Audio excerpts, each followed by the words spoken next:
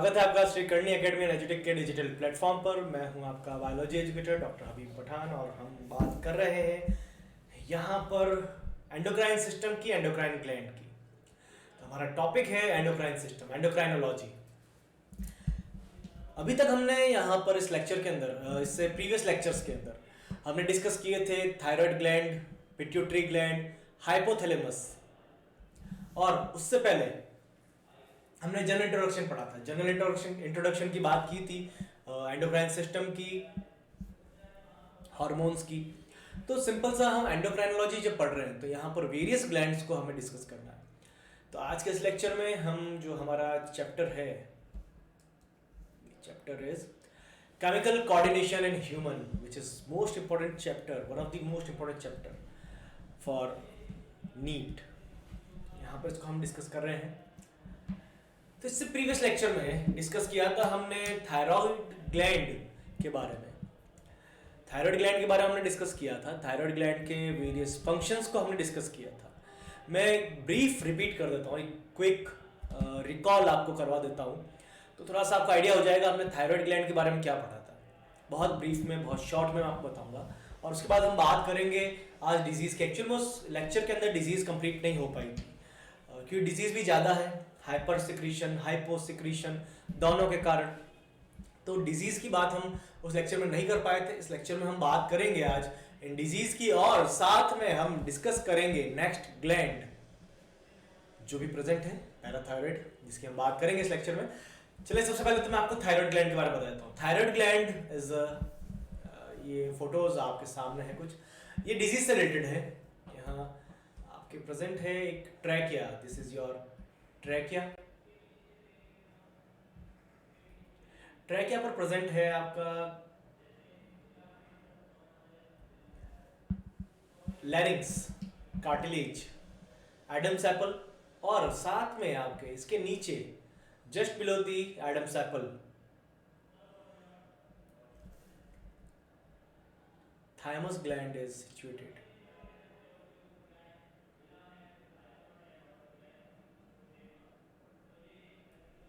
तो यहाँ पर आपके thyroid gland, sorry thyroid gland की बात कर रहे हैं, थाइमस ग्लैंड नहीं पढ़ रहे हम, थाइमस की बात बाद में करेंगे। तो यहाँ पर थायराइड ग्लैंड सिचुएटेड है। तो यहाँ पर थायराइड ग्लैंड की ये पोजीशन है, ये हमने बात की थी। आपकी ट्रैकिया है, ट्रैकिया पर ये प्रेजेंट है। ट्रैकिया जनरली क्या, हमेशा ट्रैकिया कार्टिलेज की बनी हुई है, और इस पर कुछ रिंग्स प्रेजेंट होती है सी शेप की। मैं बना देता हूँ ये रिंग्स इस तरह के। एक्चुअली में सी शेप है ना, ऐसा है ये, इस तरह से सी शेप। जब सी है तो आपको तो जैसे यहाँ से दिख रहा था, यहाँ से आपको एक लाइन दिखाई देगी ना, आपको सी थोड़ी दिखाई देगा जब आप सामने से देख रहे हैं। ये इस तरह से प्रेजेंट है यहाँ पर, तो आपको क्या दिखेगा, आपको तो सिर्फ ये लाइन दिखाई देगी। तो कार्टिलेज में सी शेप की रिंग्स प्रेजेंट है, तो आपको सी शेप की रिंग दिखेगी, और इस पर प्रेजेंट है आपकी थायराइड ग्लैंड। थायराइड ग्लैंड के 2 लूब्स हैं। थायराइड ग्लैंड के जब हम टीएस देखते हैं, जब हम इसके टीएस की बात करते हैं, तो टीएस के अंदर सिंपल सा, इसके अंदर हमें इसके लोब्स मिलते हैं, वेरियस लोब्स यहाँ पर प्रेजेंट होते हैं। यहाँ पर डिफरेंट लोब्स इसके प्रेजेंट होंगे।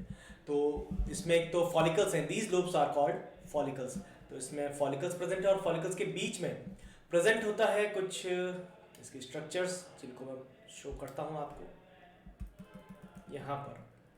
तो सिंपल सा मैं ब्रीफ में आपको थायराइड ग्लैंड के बारे में थोड़ा सा बता रहा हूँ बस, क्योंकि हमें ज़्यादा टाइम इस पर नहीं लगाना है। आज हमें डिजीज़ कंप्लीट करनी है इस लेक्चर के अंदर, जो प्रीवियस लेक्चर में हो जानी चाहिए थी लेकिन हो नहीं पाई किसी रीज़न से। एक्सप्लेनेशन का टाइम ज़्यादा हो गया था वहाँ पर। तो यहाँ सिंपल सा ये है आपका फॉलिकल्स, और फॉलिकल्स के बीच में प्रेजेंट है स्ट्रोमल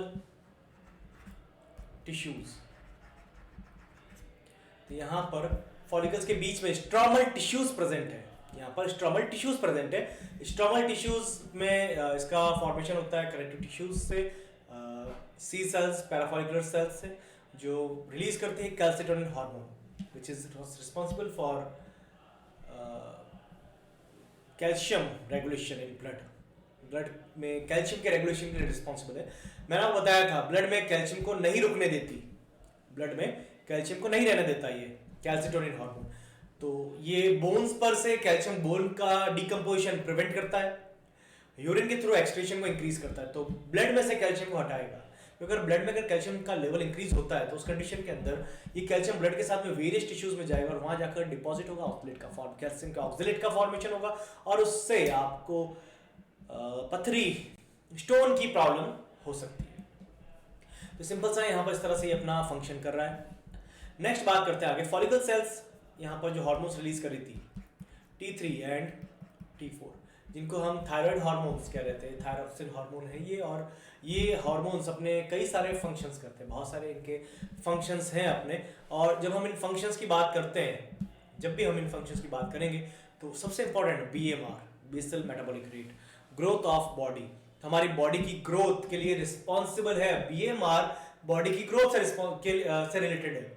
जब भी आप मेटाबॉलिज्म प्रोसेस का नाम सुन रहे हो, BMR हमारी बॉडी की या ये कह सकते हैं टेम्पो ऑफ लाइफ, हमारी लाइफ का जो टेम्पो है, टेम्पो मीन्स एक तरह से हम कह सकते हैं गति, हिंदी में कह सकते हैं इसको। तो टेम्पो ऑफ लाइफ को मेंटेन रखने के लिए, उसके लिए भी एक इम्पॉर्टेंट हार्मोन है थायराइड हार्मोन।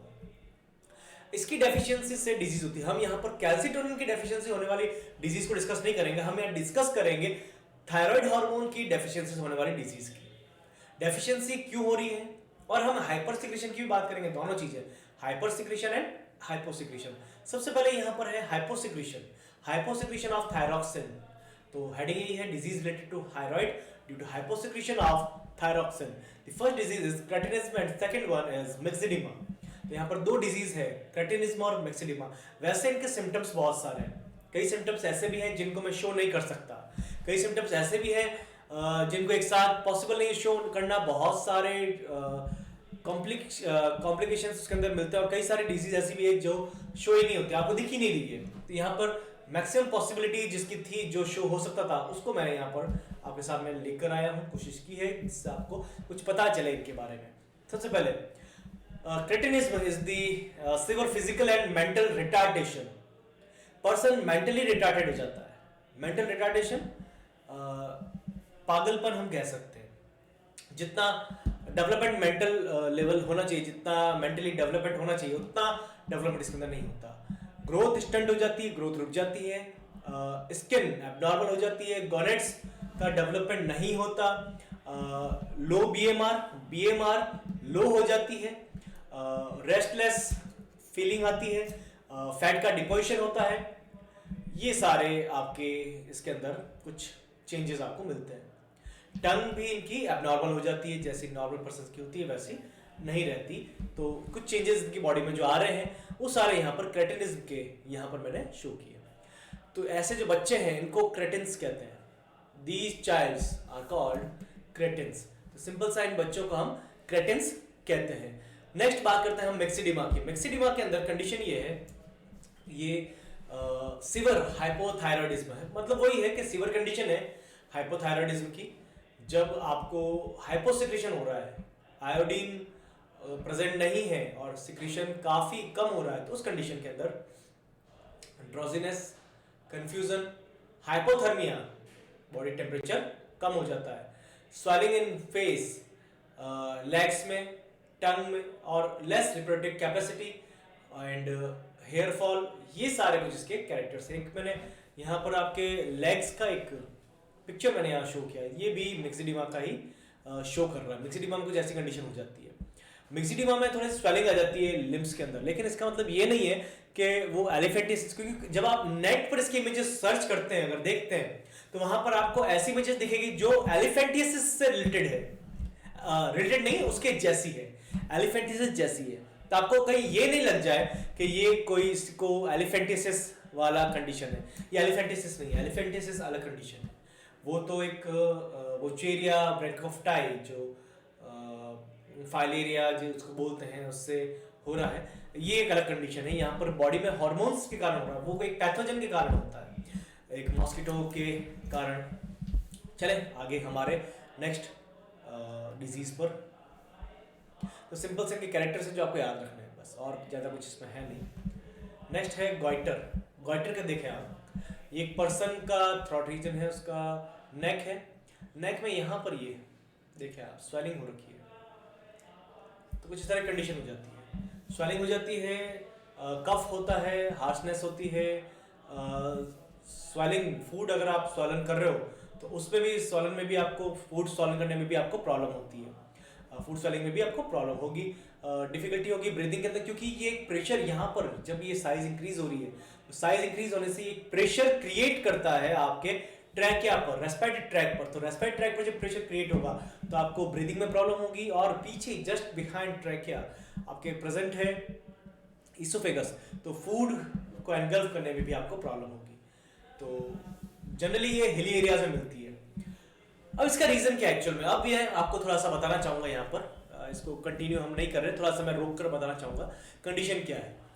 मैंने आपको पिछले लेक्चर में भी कहा था हमें आयोडीन की क्या वाकई में जरूरत है, क्या हमें सच में रिक्वायरमेंट है आयोडीन की डेली या नहीं है। आप लोगों ने देखा होगा टीवी पर एक एडवर्टाइज आता है, दूरदर्शन पर, जो गवर्नमेंट का न्यूज चैनल है शायद डीडी चैनल जो है दूरदर्शन, उस पर नेशनल जिस पर लिखा रहता है, उस पर एक एडवर्टाइज बहुत ज्यादा आता था पहले जब देखता था मैं टीवी, तो मुझे आइडिया है गवर्नमेंट का ही था। उस एडवर्टाइज में दिखा देते हैं आयोडाइज सॉल्ट का इंपॉर्टेंस दिखा देते वो, कि आयोडाइज सॉल्ट का क्या इंपॉर्टेंस है। तो आयोडाइज सॉल्ट ही लेना चाहिए, आयोडाइज सॉल्ट ही परचेस करना चाहिए और उसी को खाना चाहिए। तो उसके अंदर कितना आयोडीन होता है, एक निडल के टिप पर, एक निडल को आप किसी आयोडीन सॉल्यूशन में डिप करके निकालते हो तो उसके टिप पर कितना आयोडीन होगा, बस उतना सा आयोडीन डेली नीड है आपको। अब इसमें कंडीशन ये है कि इतनी नीड आपको डेली है, बट एक कंडीशन ये भी हो जाएगी कि पूरी लाइफ में एक टेबल स्पून के बराबर, बस इतना सा। लेकिन क्या मैं जो बात कर रहा हूँ कंडीशन की, क्या वाकई में आपको नीड है इसकी? अगर आप नहीं लें तो क्या होगा, क्या आपको ये डिजीज हो जाएगी? तो सिंपल सी कंडीशन, पहली कंडीशन तो हम ये बात करते हैं कि अगर आपकी बॉडी में आयोडीन एब्सेंट है, आयोडीन अगर एब्सेंट है, तो आयोडीन अगर एब्सेंट है तो उस कंडीशन के अंदर T3 एंड T4 जो हार्मोन्स हैं, थायराइड हार्मोन्स हैं, इनका सिक्रीशन रुकेगा, इनका फॉर्मेशन नहीं होगा। इनका फॉर्मेशन नहीं होगा तो फिर इनका सिक्रीशन भी नहीं होगा, कैसे पॉसिबल होगा? तो ये दोनों बहुत सारे काम कर रहे हैं, हमने प्रीवियस लेक्चर में देखा था, बहुत सारे फंक्शन के थे। तो ये सारे फंक्शंस नहीं हो पाएंगे अगर ये हार्मोन नहीं होंगे, तो एक कंडीशन तो ये। लेकिन दूसरी कंडीशन यहां मैंने मेंशन किया है, हिली एरियाज। हिली एरियाज जो लोग हाई एल्टीट्यूड्स पर, अब ध्यान सुने मेरी बात, अब थोड़ा सा ध्यान सुने। हम लोग कहाँ रहते हैं? वी आर इन राजस्थान में, हम राजस्थान में रह रहे हैं। तो यहाँ पर कई जगह मैंने न्यूज़पेपर में देखा है, मैं किसी पर ऐसे आरोप नहीं लगा रहा हूँ, एलिगेशंस नहीं है ये, लेकिन मैंने ये न्यूज़पेपर में पढ़ा है, कई जगह पर लोग ऐसा भी करते हैं। और मैंने सुना है कई लोगों से, कई फार्मर्स ऐसे हैं, कई फार्मर्स, कुछ सारे नहीं, कोई फार्मर्स ऐसे हैं जो अपने कल्टिवेटेड फील्ड में, अपने खेत में गंदा पानी, जो नाले का पानी होता है, उसको छोड़ देते हैं, उससे अपना कल्टीवेशन कर रहे हैं। उनके पास में एक कंडीशन भी है, उनके पास में ट्यूबवेल नहीं है, उनके पास में वाटर सोर्स नहीं है, तो फिर वो उसको यूज करते हैं, गंदा पानी जो है उसको यूज कर रहे हैं। That water is highly mineralised. आप लोगों ने मिनरल वाटर तो पिया होगा। मिनरल वाटर वो जो बॉटल्स में आता है, मिनरल वाटर नहीं होता, वो एक नॉर्मल वाटर होता है, ड्रिंकिंग वाटर। मिनरल वाटर जिसमें मिनरल्स प्रेजेंट है, तो नाले का जो पानी होता है वो हाईली मिनरलाइज्ड वाटर है, उसमें बहुत सारे ऑर्गेनिक सब्सटेंसेस, इनऑर्गेनिक सब्सटेंसेस, सब कुछ डिसॉल्व है। तो हमें मिनरल्स तो मिल ही रहे हैं, हमारे सॉइल में भी मिनरल्स हैं, हम जहाँ रहते हैं उस जगह पर हमारे सॉइल में भी मिनरल्स हैं, और ये मिनरल्स हमें ऑब्टेन हो जाते हैं, ये मिनरल्स हमें ऑब्टेन हो रहे हैं, हमें प्लांट्स के थ्रू मिल रहे हैं। बट जो हिली एरियाज है, हिली एरियाज में जो लोग रहते हैं, कश्मीर, लेह लद्दाख, तो वहां के लोगों को आयोडाइज सॉल्ट खाना कंपलसरी है। हम लोग अगर कभी नहीं भी खाएंगे ना तब भी काम चल जाएगा, लेकिन वो लोग अगर नहीं खाएंगे तो उनके अंदर डेफिशिएंसी हो जाएगी T3 T4 की, थायराइड हार्मोन्स की, तो उनके लिए कंपलसरी है। तो हमारे लिए बहुत ज्यादा जरूरी नहीं, हम नहीं खा रहे हैं अगर तब भी काम वैसे चल जाएगा, लेकिन हो भी सकती है, तो खा लेना चाहिए आयोडाइज सॉल्ट। तो जरूरी है आयोडाइज सॉल्ट खाना, क्योंकि हम सबके घर में वो नाले के पानी की सब्जियां तो नहीं आती है। आजकल हम एक स्टेप आगे बढ़ चुके हैं, ऑर्गेनिक फूड की तरफ चले गए। तो कंडीशन ये है कि हमें आयोडाइज सॉल्ट की रिक्वायरमेंट क्यों है, और ये सॉल्ट में क्यों है? क्वेश्चन ये भी आता है, कई बार स्टूडेंट्स के मन में क्वेश्चन आता है। मैं कोशिश यही करूंगा कि वीडियोस तो वैसे रिकॉर्डेड हैं आपके पास में सारे, लेकिन आप इसमें क्वेश्चन नहीं पूछ सकते, लेकिन मैं ये कोशिश करूंगा कि जितने क्वेश्चंस बन सकते हैं ऐसे क्यूरियोसिटी वाले, वो मैं साथ साथ बताता चलूं। तो ये सॉल्ट के अंदर ही क्यों, सॉल्ट की तरह अलग से क्यों नहीं है कि सब्जी में डाला और खा लिया, सब्जी बना रहे उस टाइम ही डाल दिया खा लिया उसके अंदर। तो कंडीशन ये है कि कई बार हम फ्रूट्स खा लेते हैं, कई बार हम कुछ और खा लेते हैं, लेकिन सॉल्ट हम हर चीज़ में डालते हैं। राइस है तब भी सॉल्ट है, वेजिटेबल्स हैं तब भी सॉल्ट है। तो सॉल्ट तो हम जनरली सबके अंदर ही यूज़ करते हैं, हर जगह यूज़ करते हैं, और डेली हम सॉल्ट का कंजप्शन करते हैं, कंज्यूम कर रहे हैं हम सॉल्ट को डेली लाइफ में अपने, मॉर्निंग में भी, इवनिंग में भी, आफ्टरनून में, जो भी हमारा ब्रेकफास्ट है, लंच है, डिनर है उसके अंदर। इसीलिए सॉल्ट में इसको ऐड कर दिया कि टेस्ट तो वैसे भी नहीं आएगा आयोडीन का, आयोडीन वैसे बहुत स्ट्रांग होता है, लेकिन इसका बहुत माइनर अमाउंट के अंदर, माइन्यूट अमाउंट के अंदर, इसलिए इसका ना तो वहाँ टेस्ट आ रहा है ना ही वहाँ पर आपको वो फील हो रहा है। तो इस तरह से सॉल्ट में ही उसको मिक्स करके और सप्लाई करते हैं, तो हमें बॉडी में हमें मिल रहा है डेली रिक्वायरमेंट। चले आगे चलते हैं। Next is Hashimoto disease. Hashimoto disease is also known as suicide of thyroid and it is an autoimmune disease. It is an autoimmune disease, ये एक ऑटोइम्यून डिजीज है। अब ऑटोइम्यून डिजीज क्या होता है, ये एक छोटा सा क्वेश्चन आपके लिए काफी बड़ा है। सबसे पहले हमें बात करनी होगी ऑटोइम्यून डिजीज की। हमारे बॉडी में हमारा इम्यून सिस्टम है। इम्यून सिस्टम का काम है बॉडी के अंदर जो भी पैथोजेंस, बाहर से जो फॉरेन पार्टिकल्स आ रहे हैं उनको डिस्ट्रॉय करना, डिस्ट्रॉइंग दी फॉरेन पार्टिकल्स और पैथोजेंस। तो बाहर से जो भी हमारी बॉडी में एंटर करता है उसको डिस्ट्रॉय करने का, उसको किल करने का फंक्शन, ये काम हमारे इम्यून सिस्टम का है।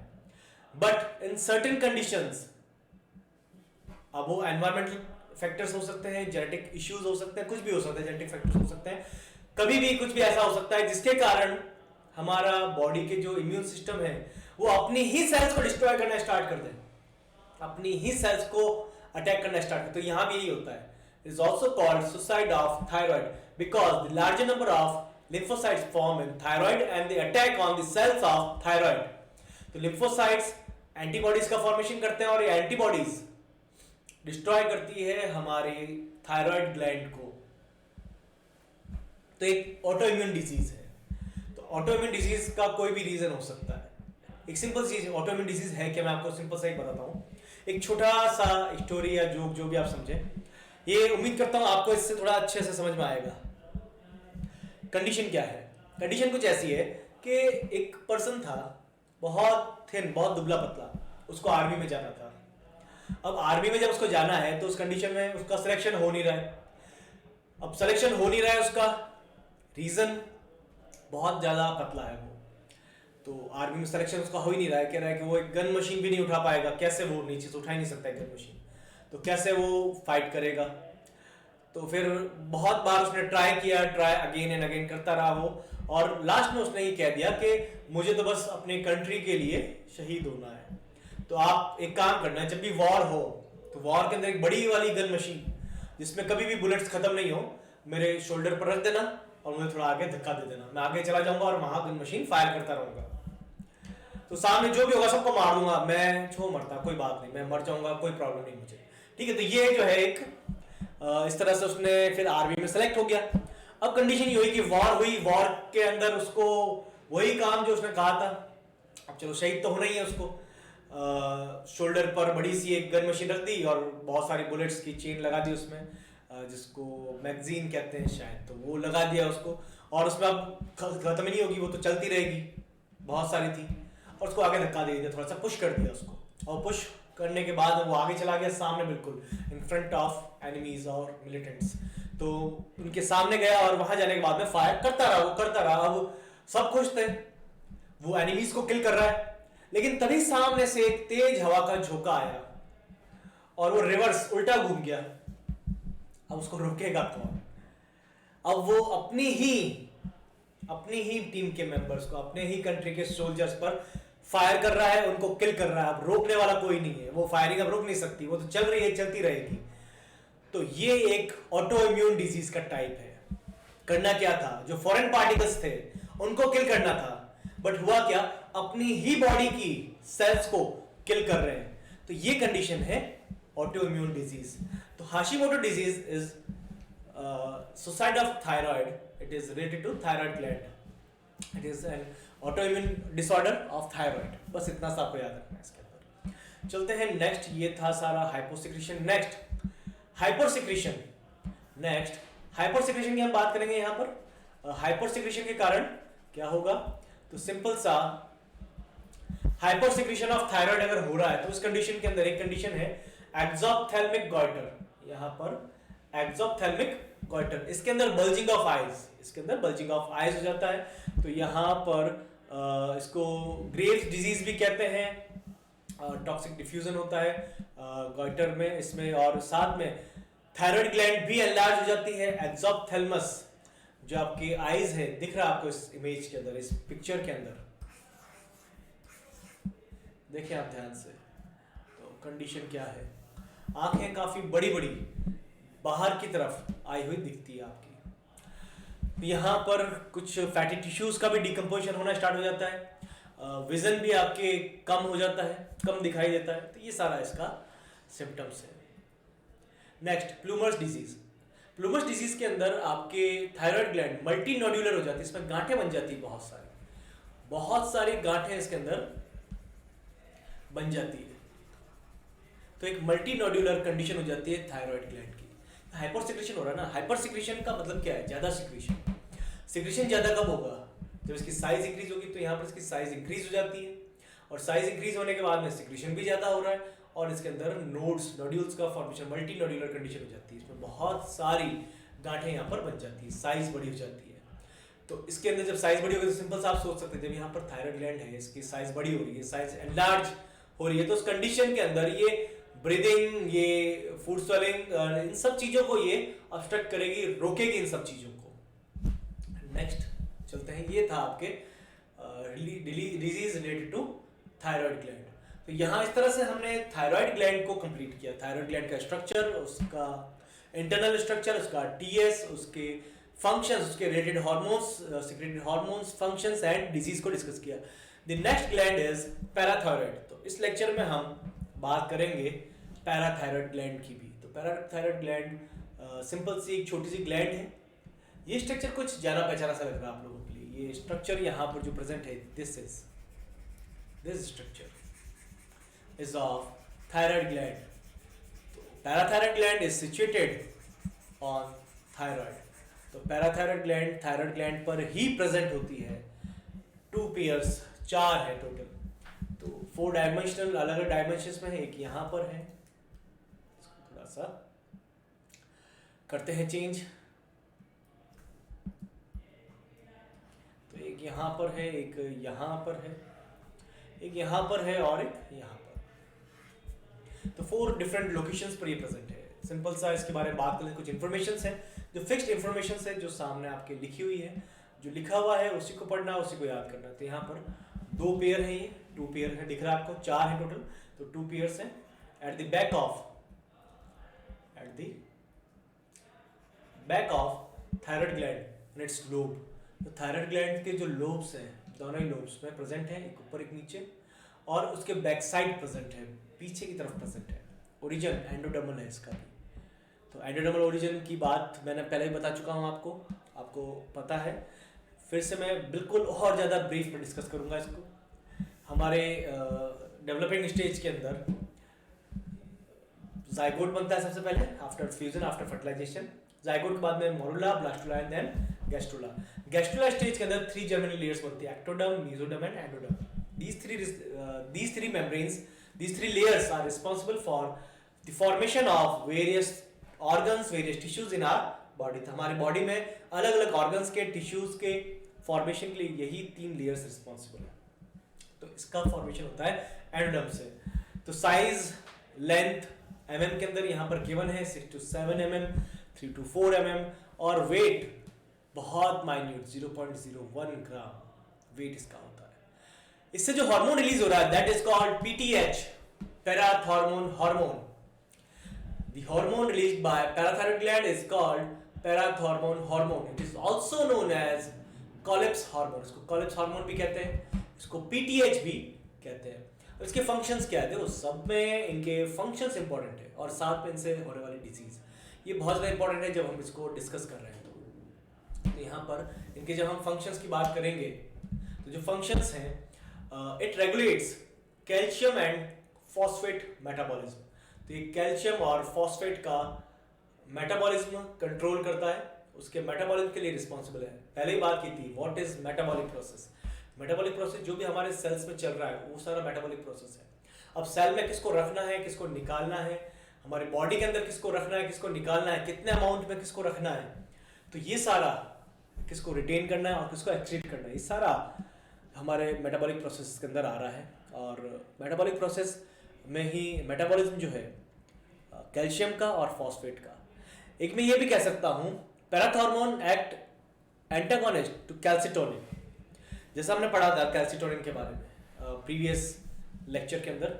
Calcitonin hormone release by parafollicular cells of thyroid gland. तो कैल्सिटोनिन था हमारे पास में।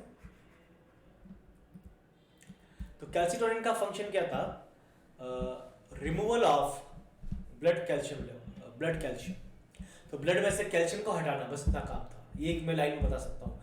हटाने का मतलब क्या है, कहाँ ले जा रहा है वो, या तो बोन का डिकम्पोजिशन रोक रहा है या फिर उसको एक्सीड आउट कर देगा।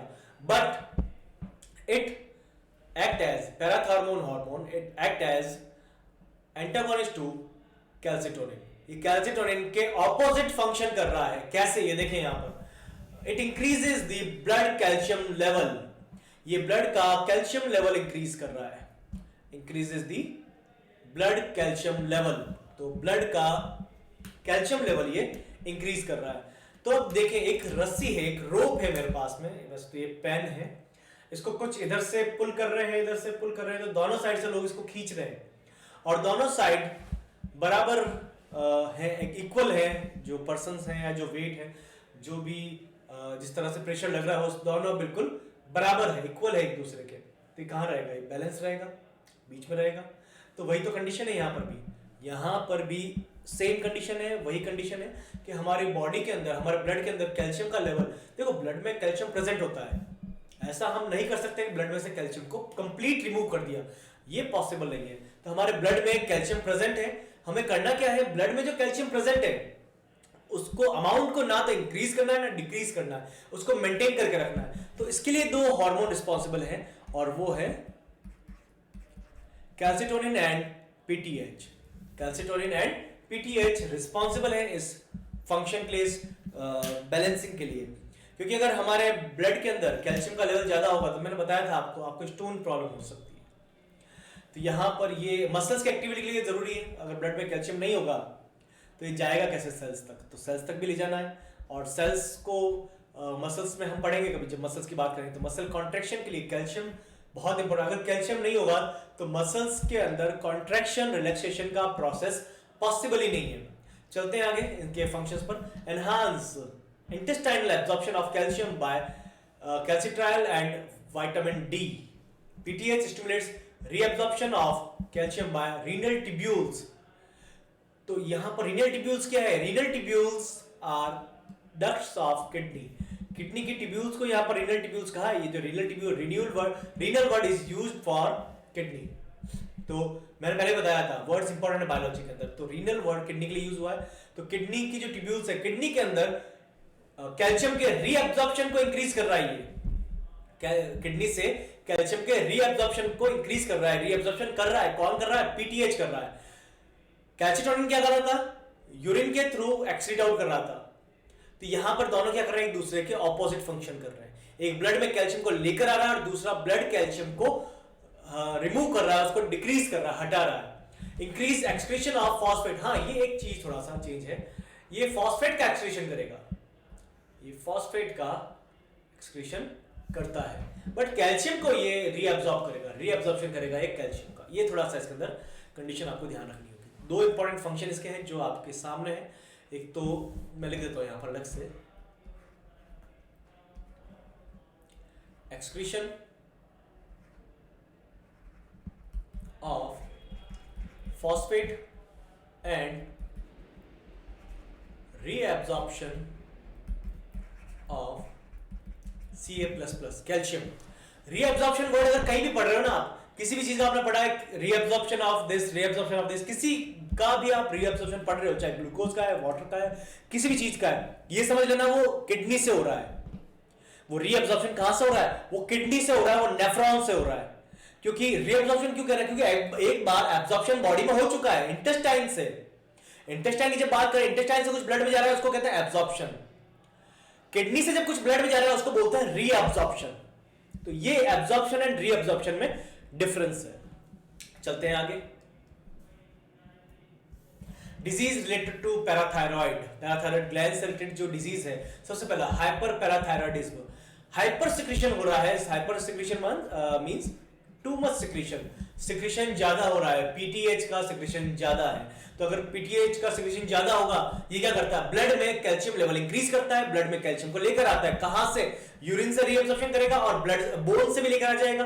तो बोन से अगर ये देखें यहां पर कैल्शियम रिमूव्ड फ्रॉम बोन्स, तो बोन से कैल्शियम को लेकर आ जाएगा ब्लड के अंदर। It will cause osteoporosis.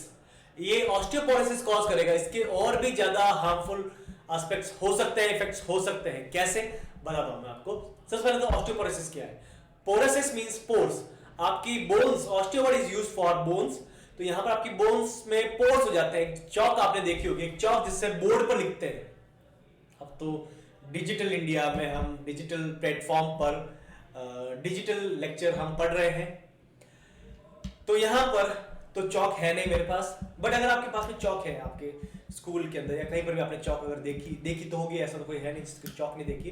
तो जो चौक होती है, उस चौक को आप गिराएं, कैसा गिरता? गिरते ही वो टूट जाती है। वेरी फ्रेजाइल, बहुत ब्रिटल होती है ये। और इस चौक को अगर आप पानी में डालते हैं, पानी में आप डालते क्या होगा?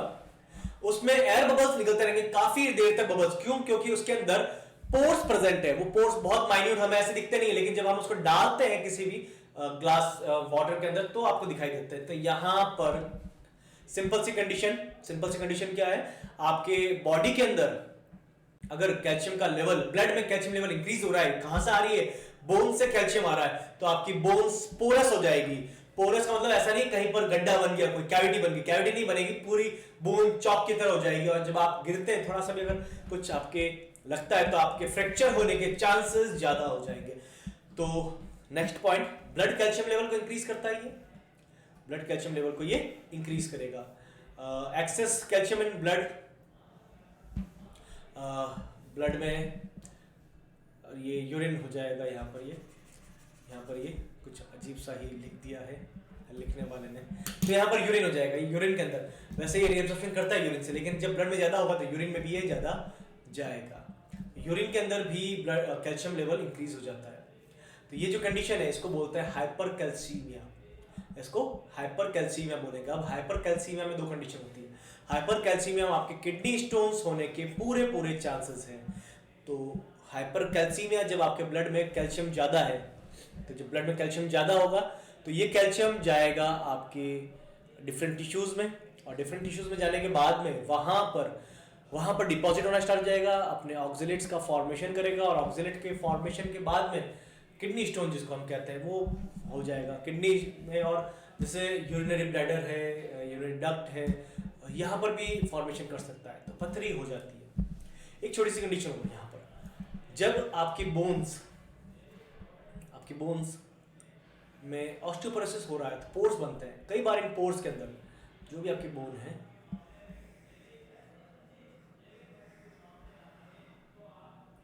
तो आपकी बोन में जब पोर्स हो गए, उन पोर्स के अंदर फाइब्रस टिश्यूज का डिपोजिशन होना स्टार्ट हो जाए। एक कंडीशन ये भी होती है यहाँ पर। ये भी आप थोड़ा ध्यान रखें, इसमें गिवन तो नहीं है लेकिन मैं फिर भी आपको बता रहा हूँ, और आप ध्यान रखें।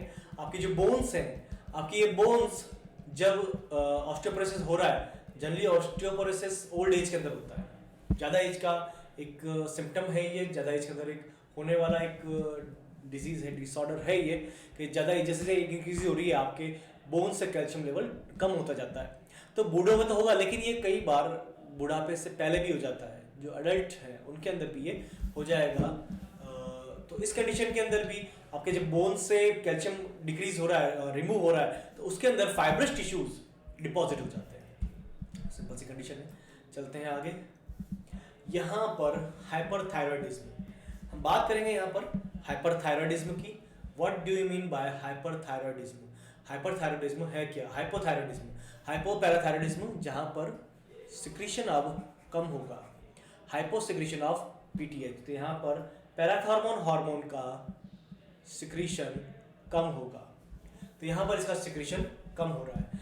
इस तरह से कुछ मैं अब कोशिश करूँगा एक बनाने की, यहाँ पर आगे कुछ थोड़ा सा एक्सप्लेन करने के लिए आपको, पहले इसको हम डिस्कस कर लेते हैं। छोटी चीज़ मैं सोच रहा हूँ आपको बता दूँ, उसको थोड़ा सा ठीक रहेगा आपको बनाने के लिए। चलिए देखते हैं पहले इसको। Hyposecretion of PTH, PTH parathormone hormone का सिक्रीशन अगर कम हो रहा है तो क्या होगा?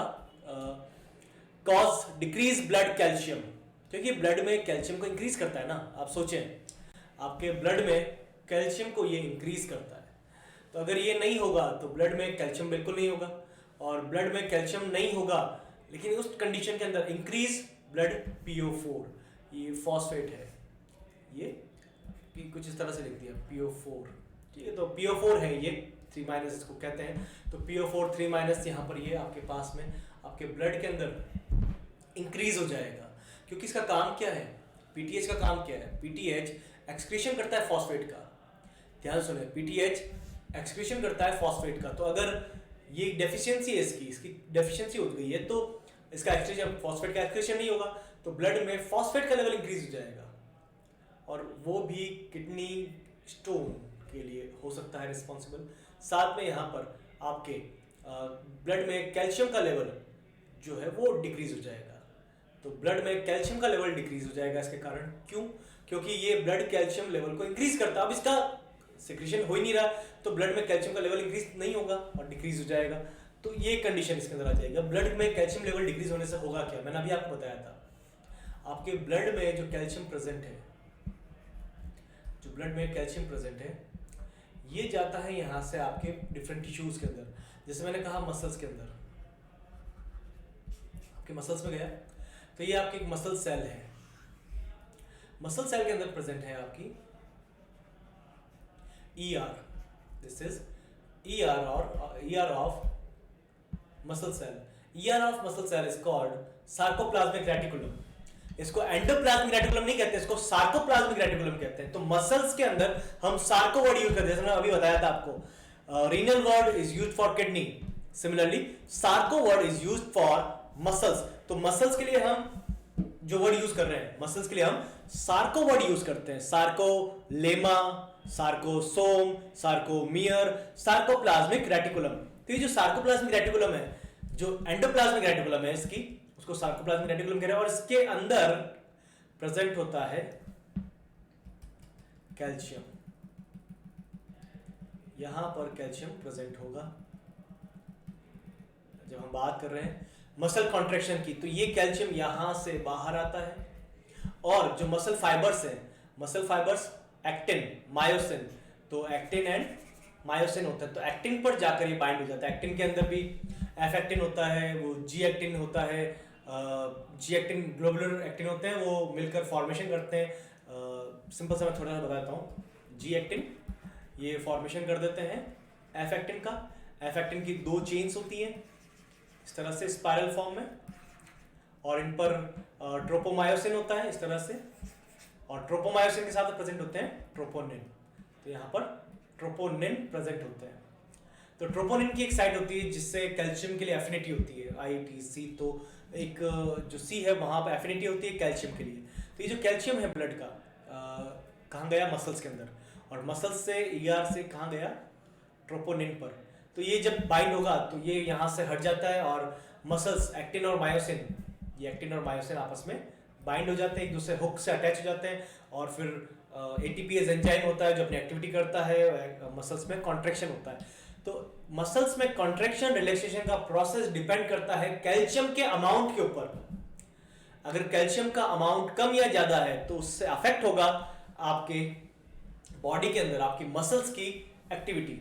तो मसल्स में जो कॉन्ट्रैक्शन रिलैक्सेशन हो रहा है वो सारा इसी पर डिपेंड करता है। तो यहाँ पर ये इंक्रीज करेगा blood calcium, increase muscles excitability, and it is also called hypocalcium, hypocalcemic tetany. यहाँ पर ब्लड का कैल्शियम लेवल डिक्रीज होगा, यहाँ पर ब्लड कैल्शियम लेवल डिक्रीज होगा इस कंडीशन के अंदर, क्योंकि ये ब्लड में कैल्शियम को लेकर आ रहा है ना, लेकर आ रहा है, यहाँ पर डिक्रीज हो जाएगा, तो यहाँ पर ब्लड कैल्शियम लेवल डिक्रीज होगा। तो ये सिंपल सी कंडीशन थी जो हमने यहाँ पर आज के इस लेक्चर में डिस्कस किया है। इस लेक्चर में हमने अभी तक डिस्कस किए हैं पैराथायरॉयड को और साथ में डिस्कस किया था थायराइड ग्लैंड को। एक छोटा सा हम और डिस्कस कर लेते हैं। Next gland is thymus. तो थाइमस को भी हम यहाँ डिस्कस कर लेंगे। थाइमस छोटी सी ग्लैंड है, अभी 5 मिनट में पूरी हो जाएगी, ज़्यादा लंबा मैं टाइम आपका नहीं लूंगा। थाइमस एंडोडर्मल ओरिजिन है। इसकी लोकेशन आपके लिए इंपॉर्टेंट है। What is the location of thymus gland? देखिए यहाँ पर this is your thyroid gland, this is your thyroid gland, it is present, this is your heart, this is your heart, ये आपके लंग्स हैं, these are your lungs. यहाँ पर lungs present है, तो ये प्रेजेंट कहाँ पर? Above the heart, below the thyroid, anterior to trachea, trachea के आगे की तरफ, and behind the sternum, sternum breast bone, ये जो स्टर्नम बोन है इसके पीछे होती है, ट्रैकिया के आगे होती है, हार्ट के ऊपर है और थायराइड ग्लैंड के नीचे प्रेजेंट है। 2 लोब से बनी होती है। एंडोडर्मल इसका ओरिजिन है। एंडोडर्मल ओरिजिन क्या है मैंने आपको पहले भी इसी लेक्चर में आपको बताया था। इससे रिलीज होने वाला हार्मोन थाइमोसिन, थाइमोसिन हार्मोन ये रिलीज कर रहा है और ये एक पेप्टाइडल हार्मोन है।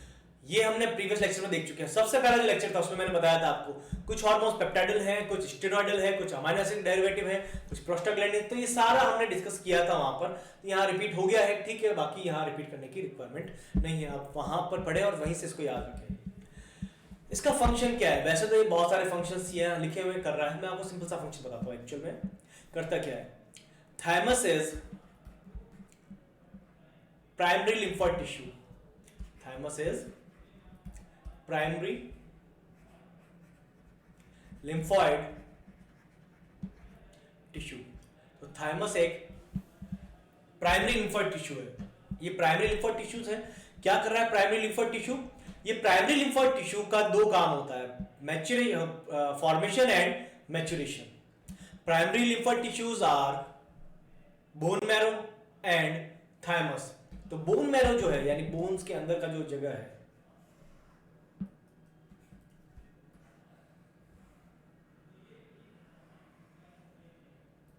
ये हमारी बोन का एक बड़ा, ज्यादा अच्छा तो नहीं, मैंने एक डायग्राम छोटा सा बनाया है। तो बोन के अंदर यहाँ पर बोन मैरो प्रेजेंट है। तो बोन मैरो में फॉर्मेशन होता है हमारी जितनी भी सेल्स है ब्लड की, जितनी भी सेल्स है ब्लड की, सारी सेल्स का नहीं, ब्लड की सेल्स का। तो ब्लड के सेल्स का फॉर्मेशन यहाँ से हो रहा है। तो जो टी लिम्फोसाइट्स है वो भी यहाँ से निकल कर आ रहे हैं, टी सेल्स। ये टी सेल पहले जाते हैं थाइमस में और थाइमस में इनको ट्रेनिंग मिलती है। ट्रेनिंग क्या है? ट्रेनिंग बस इतना बताते हैं कि कौन कौन से टिश्यूज हमारी बॉडी के हैं और कौन से टिश्यूज हमारी बॉडी के नहीं हैं, ये ट्रेनिंग इनको मिलती है। और उसके बाद में थाइमस ग्लैंड से ये टी सेल्स निकलकर हमारे ब्लड में आ जाती है। तो ये ट्रेनिंग का काम पूरी लाइफ भर चलता है, एक छोटे से टाइम के लिए। तो जैसे ऑटोइम्यून डिजीज की हमने बात की थी, तो ऑटोइम्यून डिजीज सब में नहीं हो रही। उसका रीजन क्या है? हमारी इम्यून सिस्टम की जो सेल्स है, टी सेल्स, आइडेंटिफाई करती है सेल्फ एंड नॉन सेल्स के अंदर अपना कौन सा पराया कौन सा, सेल्फ और नॉन सेल्स में डिफरेंस इसको पता है। तो जब यहां पर इसको डिफरेंस पता है तो उस कंडीशन के अंदर ये कभी भी ऐसा नहीं होता कि हमारी सेल्स को डिस्ट्रॉय करेगी। ये फॉरेन सेल्स पर अटैक करती है, उसको डिस्ट्रॉय करती है। लेकिन ये ट्रेनिंग का काम हमेशा नहीं चलता, एक पर्टिकुलर एज तक। जैसे जैसे एज इंक्रीज होती है ये काम कम होता जाता है, थाइमस की साइज डिक्रीज होती जाती है और ओल्ड एज के अंदर एक थ्रेड लाइक स्ट्रक्चर रिमेनिंग रह जाता है बस। तो यहाँ पर ये लिखा हुआ है to develop T lymphocyte, thymus is training centre of T lymphocytes, thymosin important in differentiation of T lymphocyte, promote production of antibodies, immune system का पार्ट है तो उसको प्रमोट करेगा। Production in old age decrease due to degeneration of thymus. Simple सी condition है। ये hormone की बात कर रहा है, थाइमोसिन हार्मोन का सिक्रीशन ओल्ड एज में कम हो जाता है, क्योंकि ओल्ड एज में आप देखें कैसा थ्रेड लाइक स्ट्रक्चर रह जाता है। जब थ्रेड लाइक स्ट्रक्चर है तो उससे क्या रिलीज होगा? कुछ भी नहीं होगा। Thymus produces hormone that promotes growth and maturation, इसके लिए भी रिस्पांसिबल है। ऐसा नहीं कि सिर्फ एक ही फंक्शन, और भी फंक्शन है। It influence structure of pituitary and adrenal gland, pituitary और एड्रिनल ग्लैंड का स्ट्रक्चर भी इससे इन्फ्लुएंस होता है। तो उन दोनों का स्ट्रक्चर भी इस ग्लैंड से, थाइमस ग्लैंड से इन्फ्लुएंस हो रहा है। ये आपको याद रखना जरूरी है। इंपॉर्टेंट इन सेक्सुअल डेवलपमेंट, गॉनेट्स के डेवलपमेंट के लिए भी ये रिस्पॉन्सिबल है। तो सिंपल सा यहाँ पर हमने डिस्कस किया है कुछ ग्लैंड्स को। यहाँ पर हमने इस लेक्चर में 3 टॉपिक डिस्कस किए। तो disease, caused by hypo and hypersecretion of thyroid gland. उसके बाद में parathyroid gland and last in the end of this lecture thymus gland को भी हमने डिस्कस किया है. तो सिंपल सा यहाँ अभी काफ़ी सारे ग्लैंड्स हमने डिस्कस कर चुके हैं और काफ़ी सारे अभी भी रिमेनिंग है. तो इस लेक्चर में आज हम इतना ही पढ़ेंगे. नेक्स्ट लेक्चर में हम पीनियल, पैनक्रियाज, एड्रिनल, उन गॉनेड्स को हम डिस्कस करेंगे. Thank you.